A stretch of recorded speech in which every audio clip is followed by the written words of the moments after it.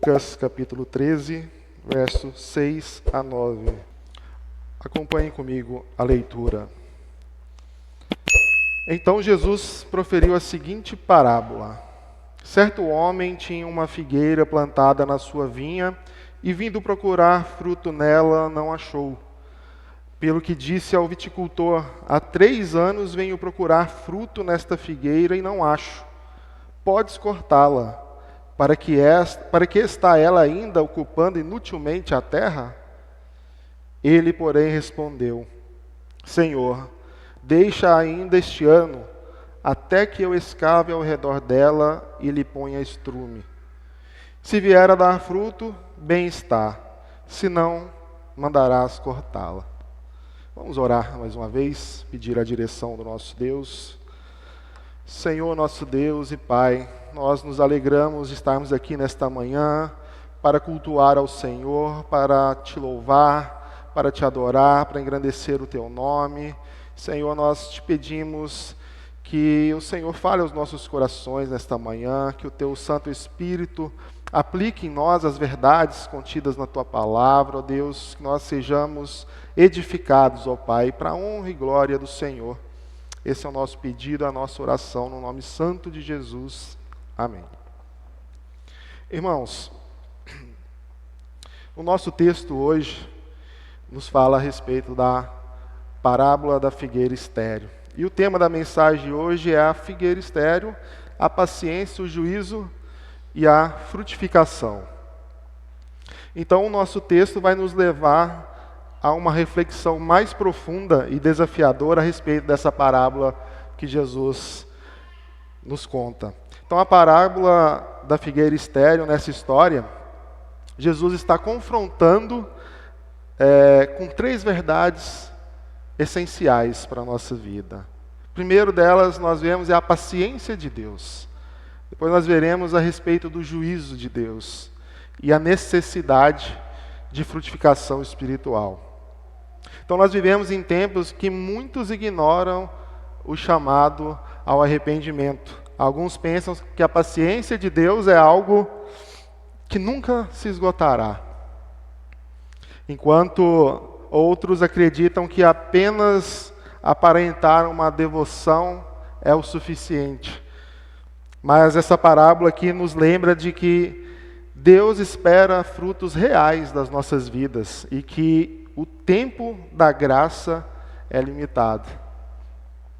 Então, antes da gente entrar no texto, vamos entender o contexto em que Jesus contou essa parábola, porque isso vai enriquecer a nossa compreensão. Nos versículos anteriores, se você observar no início do capítulo 13, do versículo de 1 a 5, Jesus ele está respondendo uma questão que foi trazida por alguns ouvintes. Então Jesus estava ensinando a respeito de diversas coisas relacionadas ao reino. E eles mencionaram uma tragédia. Pilatos havia matado alguns galileus enquanto eles ofereciam sacrifícios. Isso seria escandaloso para o público judaico porque misturou violência com adoração. E na mentalidade judaica da época, essas tragédias eram frequentemente vistas como uma punição divina. Então, Jesus desafiou eles com essa ideia ao perguntar, no versículo 2, pensai que esses galileus eram mais pecadores do que todos os outros galileus por terem padecido estas coisas? E ele responde enfaticamente: não eram, eu vos afirmo. Se, porém, não vos arrependerdes, todos igualmente perecereis. Então veja que o povo estava preocupado com o que havia acontecido com essas pessoas. No momento que eles estavam ali na adoração, Pilatos ordenou que matassem aqueles homens. E essa era a preocupação no momento deles. Jesus então chama a atenção deles e fala: peraí, tem algo muito mais importante para vocês se preocuparem.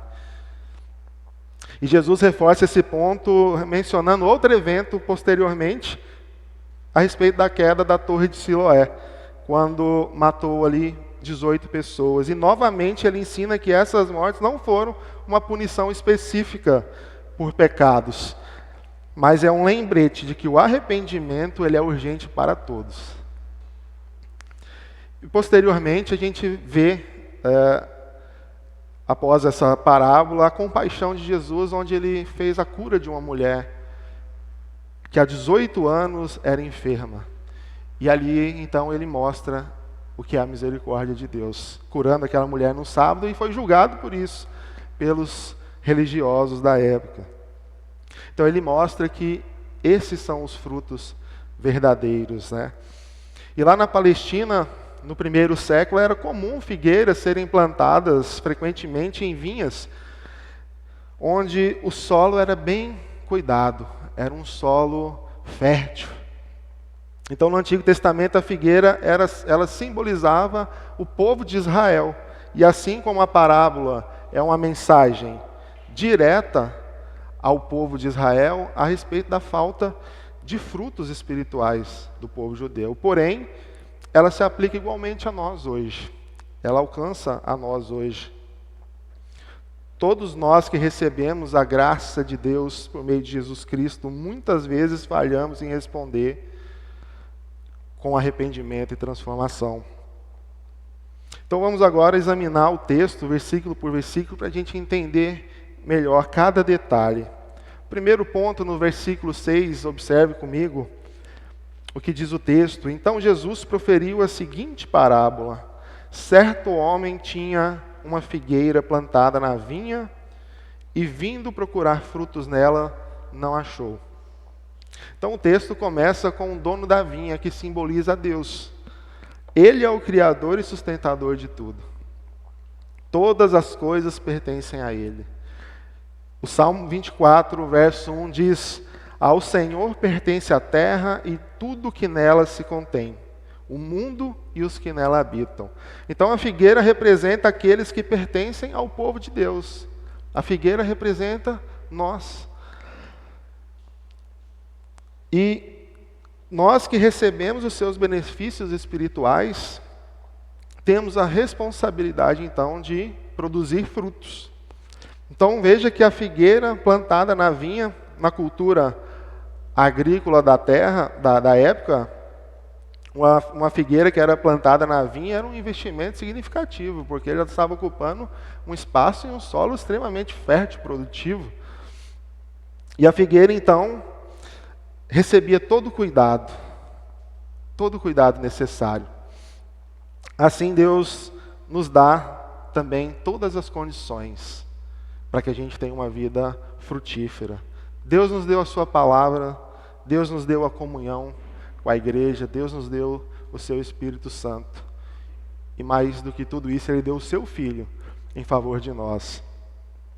Então veja que Deus, da mesma forma que Ele simbolizando aqui a figura da figueira, Ele a plantou em um terreno fértil.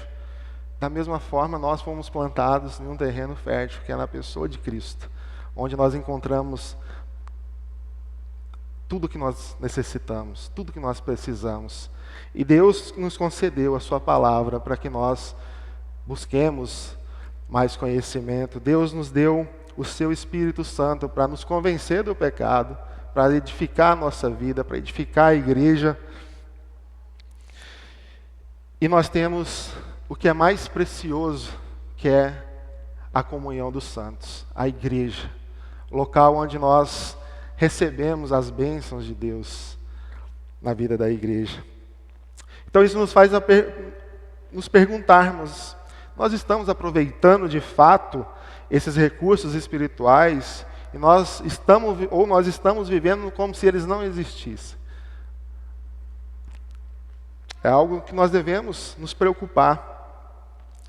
O dono da viticultura, ele procura frutos. Então a expectativa de Deus não era em olhar para aquela árvore linda, maravilhosa, frondosa, cheia de folhas, linda, né? Mas ele procurava frutos. Não somente a aparência, não somente a estética, ele procurava frutos verdadeiros, que são a evidência de uma vida transformada. Então, os frutos do Espírito Santo, Paulo vai descrevê-los lá em Gálatas capítulo 5, verso 22 e 23, que ele diz: mas o fruto do Espírito é amor, alegria, paz, longanimidade, benignidade, bondade, fidelidade, mansidão, domínio próprio. E ele diz: contra essas coisas não há lei. Então, ao olharmos para a nossa vida, nós encontramos paz verdadeira, nós nos encontramos alegria verdadeira em trabalhar, em servir ao reino de Deus. Aqui Jesus está falando a respeito das coisas do reino, não das coisas terrenas, a qual aquele povo estava preocupado com o que estava acontecendo, mas Jesus está preocupado em chamar a atenção deles. Como está a vida espiritual de vocês? Em quem vocês têm depositado a fé de vocês? Então, ao olharmos para esses frutos do Espírito, nós podemos refletir sobre muitas coisas a respeito da nossa vida, de áreas da nossa vida. Então, a ausência de frutos, a esterilidade da figueira, é um alerta que Jesus está trazendo ao seu povo. Deus não aceita vidas que não apresentem frutos, que só apresentam uma simples e superficial religiosidade. E isso reflete o perigo da gente viver uma vida infrutífera, como está escrito lá no Evangelho segundo Mateus, capítulo 7, verso 19, que diz: toda árvore que não produz bom fruto é cortada e lançada ao fogo. Então nós precisamos e devemos buscar vivermos uma vida frutífera. Esse é o propósito da nossa salvação, da nossa vida. Produzir frutos para a glória de Deus, não para a nossa glória, não para que a gente seja reconhecido, não para que a gente seja como eram os fariseus na época, para que as pessoas olhem para nós e falem: nossa, como ele é abençoado. Não, mas é para a glória de Deus, é para que o nome de Deus seja manifesto através da nossa vida.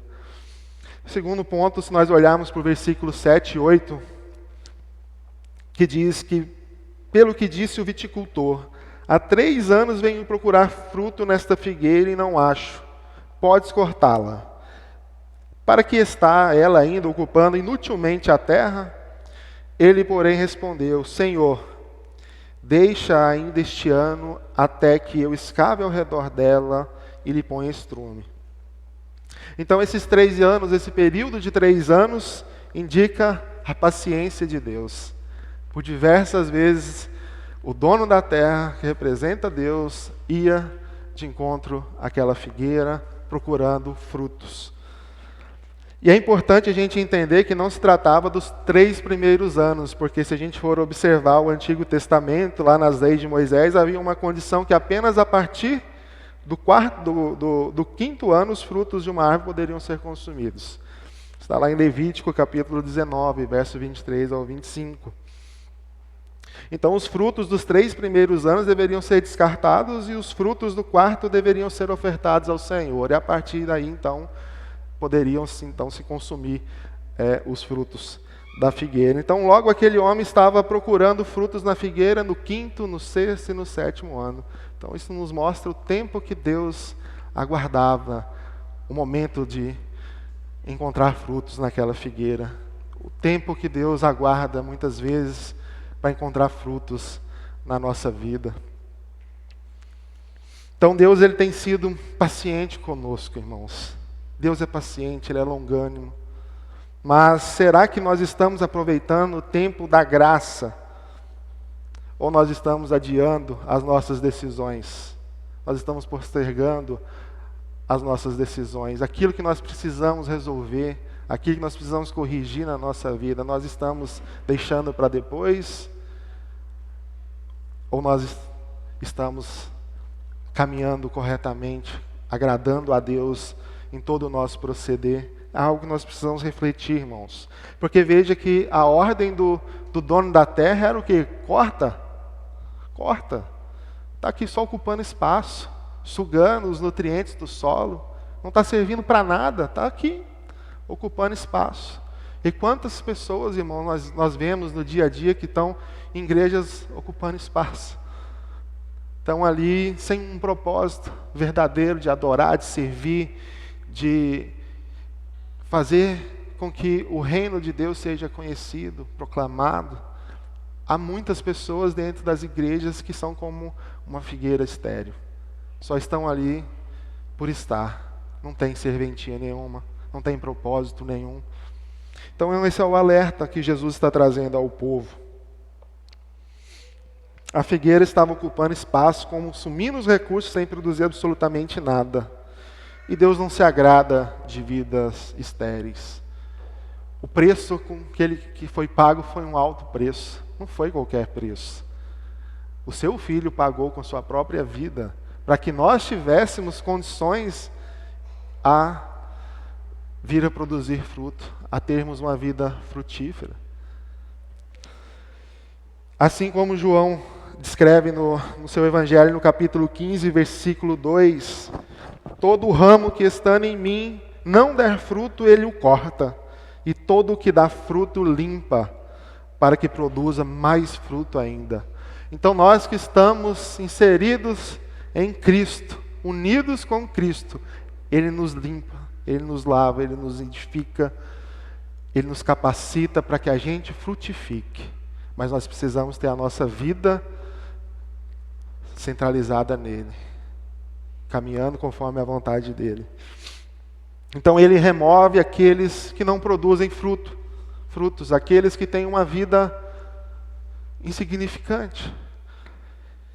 E nós vemos aqui a intercessão do viticultor. O viticultor que representa o nosso Senhor e Salvador Jesus Cristo, que intercede por nós diante do Pai, como está escrito lá em Hebreus capítulo 7, verso 25, que diz: por isso também pode salvar totalmente os que por ele se chegam a Deus, vivendo sempre para interceder por eles. Jesus está conosco, irmãos, todos os dias das nossas vidas. Tudo que nós necessitamos, nós podemos orar, pedir, e Ele intercede por nós. Ele é o nosso intercessor. Então Ele pede mais tempo ao dono da terra. Não, me dê mais um tempo. Me dê mais um tempo, me dê mais um ano para eu cuidar, para que essa árvore venha produzir frutos.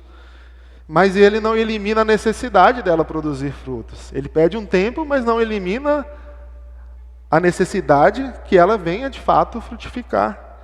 E isso reflete a graça, a misericórdia de Deus que nos dá oportunidades para nos arrependermos e frutificarmos. Quantas coisas, irmãos, nós podemos olhar para a nossa vida e meditar e falar: isso aqui essa área da minha vida está sendo infértil, eu preciso mudar. E como nós lemos no texto, quem nos ajuda a fazer isso é o próprio Senhor. Ele nos limpa, Ele nos auxilia, Ele nos ensina. Nós temos todos os recursos, e aqui é o que o texto está falando. Nós temos a palavra, nós temos o Espírito Santo. Deus nos deu todos os meios para que a gente produza frutos. O que impede, muitas vezes, de nós frutificarmos, senão nós mesmos? Então, se olharmos para o versículo 9, nós vemos a necessidade de responder. O texto diz: se vier a dar fruto, bem está, se não, mandarás cortar. Então o viticultor se compromete em cavar, em adubar a figueira, mas ele também reconhece que o juízo é inevitável se ela permanecer infrutífera. Então o Senhor, irmãos, a todo momento o Senhor está nos chamando a servi-lo, nos chamando a adorá-lo, nos chamando a termos uma vida agradável a Deus. E os meios estão aqui, como eu já mencionei. Nós temos todos os meios. Nós não temos como chegarmos diante de Deus e falar: mas isso eu não sabia, eu não podia. Não, irmãos, Deus nos deu todos os meios necessários. Se nós precisamos de orientação, nós temos a palavra de Deus para nos orientar. Se nós precisamos vencer um pecado, nós temos o Senhor para orar e interceder. Nós temos o Espírito Santo para nos fortalecer. Nós temos os meios necessários. O que é que nos impede de frutificar? Por que é que nós não temos uma vida dedicada e consagrada a Deus, nosso trabalho, não só dentro da igreja, mas isso abrange todas as áreas da nossa vida, todos os âmbitos da nossa vida. Onde nós estivermos, nós devemos ser frutíferos. No nosso trabalho, no nosso lar, onde quer que seja, nós temos oportunidades de frutificar, de ser bênção na vida de outros. Então nós vemos aqui que há esperança da frutificação. Deus deseja que todos nós frutifiquemos. Essa é a vontade de Deus. Foi para isso que o nosso Senhor e Salvador veio, para nos libertar da escravidão do pecado, para que nós tivéssemos uma vida livre para adorar, para buscar a Deus. E Ele não desiste, nunca, de nós, mas Ele age para nos transformar. Então, no entanto, a resposta vai depender de nós. A resposta vai depender somente de nós. Isso nos faz, então, nos perguntarmos, irmãos, nós estamos permitindo que Deus, de fato, trabalhe em nossas vidas? Ou nós temos alguma área da nossa vida que nós falamos assim, não, essa parte eu cuido, essa parte deixa comigo, o resto o Senhor pode cuidar, mas essa não. Qual que é a chance da gente frutificar a nossa vida? É muito difícil, porque nós não sabemos escolher as coisas que são boas e agradáveis a Deus. Muitas vezes a chance de nós falharmos é grande, mas se nós colocarmos a nossa vida diante do Senhor, nós estaremos seguros de que a vontade do Senhor será feita em nossas vidas. Então nós devemos permitir que Deus trabalhe na nossa vida, mas nós devemos também fazer a nossa parte, a nossa responsabilidade humana. Deus é soberano, Deus conhece todas as coisas, Deus conhece o meu e o seu coração, Ele sabe onde está a tua dor, onde está a tua necessidade, Ele conhece, mas Ele quer que nós tenhamos comunhão com Ele, um relacionamento verdadeiro com Ele. Então nós vemos que aqui há a certeza do juízo. Se mesmo após esse cuidado do viticultor, a figueira não produzir fruto, ela vai ser cortada. Isso aponta para o juízo final, quando cada um de nós daremos conta da nossa vida diante de Deus.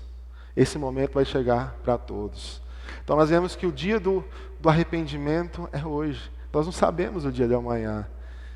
Se você não tem a sua vida acertada com Deus, não deixe para fazer amanhã. Frutifique hoje, busque os frutos hoje, acerte sua vida hoje, busque ao Senhor hoje. Nós não sabemos quanto tempo nós teremos.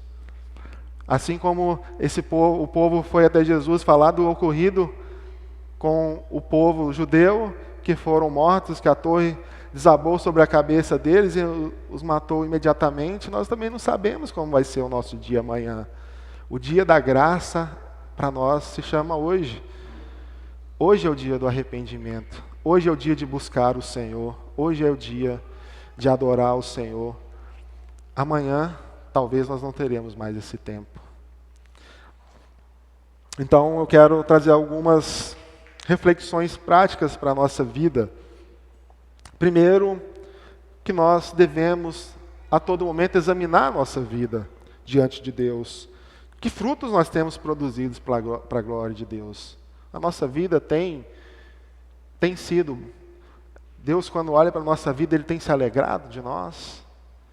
Nós temos nos dedicado a nossa vida com fidelidade? Nós temos servido a Deus dentro daquilo que nós podemos fazer? Ou muitas vezes nós preferimos deixar as coisas do reino de forma secundária e fazer aquilo que agrada a nós mesmos? É algo que nós precisamos examinar na nossa vida. Aproveitar o tempo da graça. E o tempo da graça é chamado hoje. O dia é hoje. Não adie a resposta do Evangelho. Não adie a resposta ao Senhor. Porque lá em 2 Coríntios, carta de 2 Coríntios, capítulo 6, verso 2, Paulo vai dizer, ele cita um texto que diz, porque ele diz, Eu te ouvi no tempo da oportunidade e te socorri no dia da salvação. Eis agora o tempo sobremodo oportuno. Eis agora o dia da salvação. O dia se chama hoje, não é amanhã. Nós não sabemos o que nos espera amanhã. Então permita o trabalho de Deus na sua vida. Submeta-se ao cuidado do Espírito Santo, mesmo que se envolva correções e provações. Jesus nos prometeu que nós teríamos uma vida de abundância, mas Ele não disse que nós não teríamos dificuldades. Nós enfrentamos muitas dificuldades, muitas lutas, mas Ele nos dá os meios necessários para que a gente, mesmo diante das provações, das dificuldades, nós venhamos produzir frutos. Nós temos todos os meios necessários. Confie na intercessão de Jesus, o nosso Senhor e Salvador. Ele trabalha em nós para que nós venhamos a frutificar. E para concluir, irmãos, a parábola da figueira estéril, ela é uma mensagem clara, direta. Deus é paciente, mas Deus, na sua paciência, na sua bondade, na sua longanimidade, Ele espera frutos de nós. Não se esqueçam, irmãos, de todos os dias olhar para Cristo e ver a obra, o preço que Ele pagou naquela cruz. É algo que nós devemos valorizar a cada minuto da nossa vida. Ter uma vida por completa que agrade a Deus. E nós, irmãos, muitas vezes nós somos falhos. Somos. Embora salvos, regenerados, libertos do pecado, mas nós ainda vivemos na vontade, muitas vezes, da carne.